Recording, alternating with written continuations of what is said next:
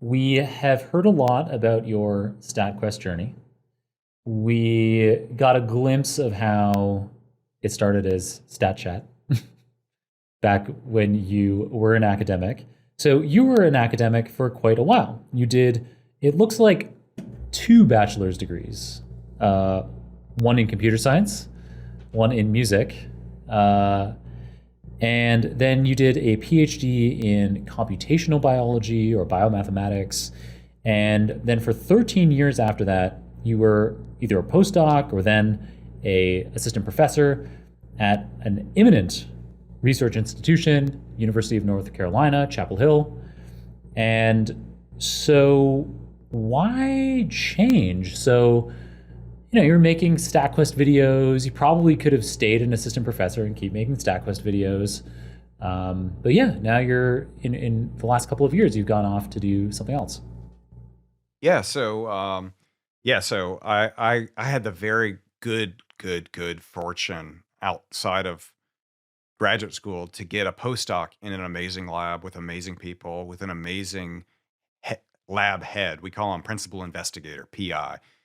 Terry Magnuson.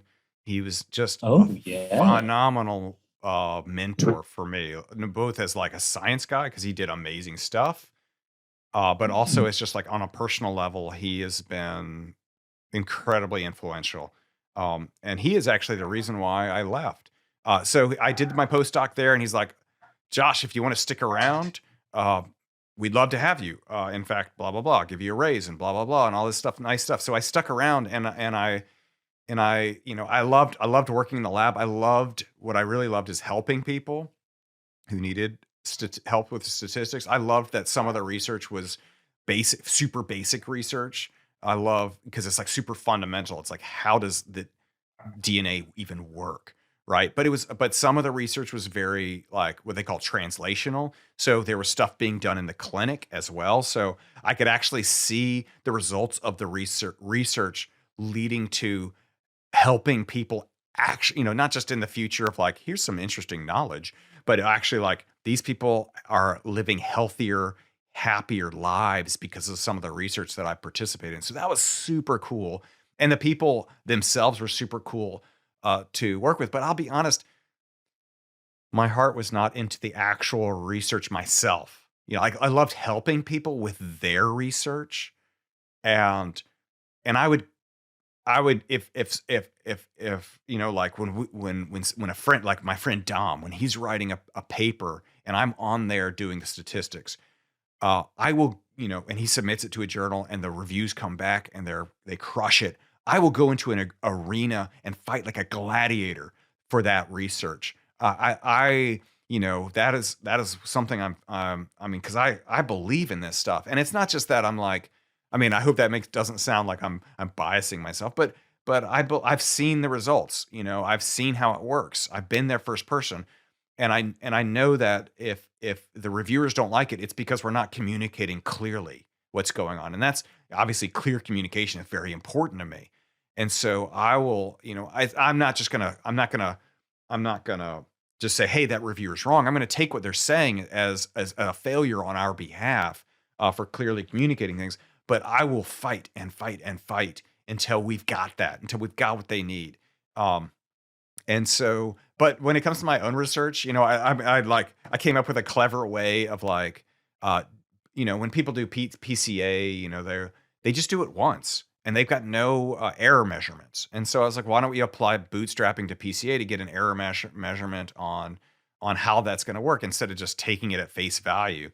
And so I was doing stuff like that, and I tried to publish it, and they were like, "No, we're not interested in this." And I was like, "Okay, well, if you're not interested, then I'll do something else." Like I don't know if it's imposter syndrome or what, but I just never really felt good if it was my own stuff. But when it was other people's stuff, I was like, "Oh, we need to work very hard on this." I just like helping people, and so toward towards the end of I'll be honest. So the lab used to be very very large, and I could kind of get away. I could pay my salary, or not pay my salary, but earn my salary by helping everybody in the lab do what they need to do. And that was a full time job, getting grad students through, getting postdocs through, getting research assistant professors, doing what they needed to do. It was a big crew, and I had a lot to do.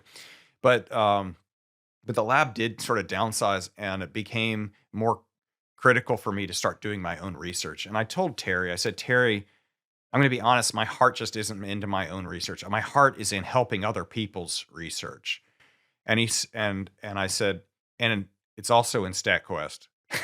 and he goes, and he goes, well, I mean, he actually said a couple of things to me. One was, he said his postdoc advisor gave him this advice, which is, uh, whatever you're doing, you have to believe it's the most important thing in the world, right? And when you're doing research, you know, things fail all the time, and the way you get to those failures and you keep getting out of bed is you firmly believe that what you're doing is the most important thing in the world. Well, I I modified that and I say what I believe I'm doing is the most important thing for me to be doing. Maybe a little humbler. It's the most important thing for me to be doing, and me doing my own research is not that important. There's tons of researchers that are probably better at it than I am, but I'm actually pretty good at StatQuest videos. And Yeah. it occurred to me that maybe that's the most important thing that I could be doing. And and anything that gets in the way of that is actually getting in the way of me doing what I do best. And I need to start so talking through Terry, Terry eventually said, I think it's time for you to go. And he was right. And 2 weeks later, I left, and I cried.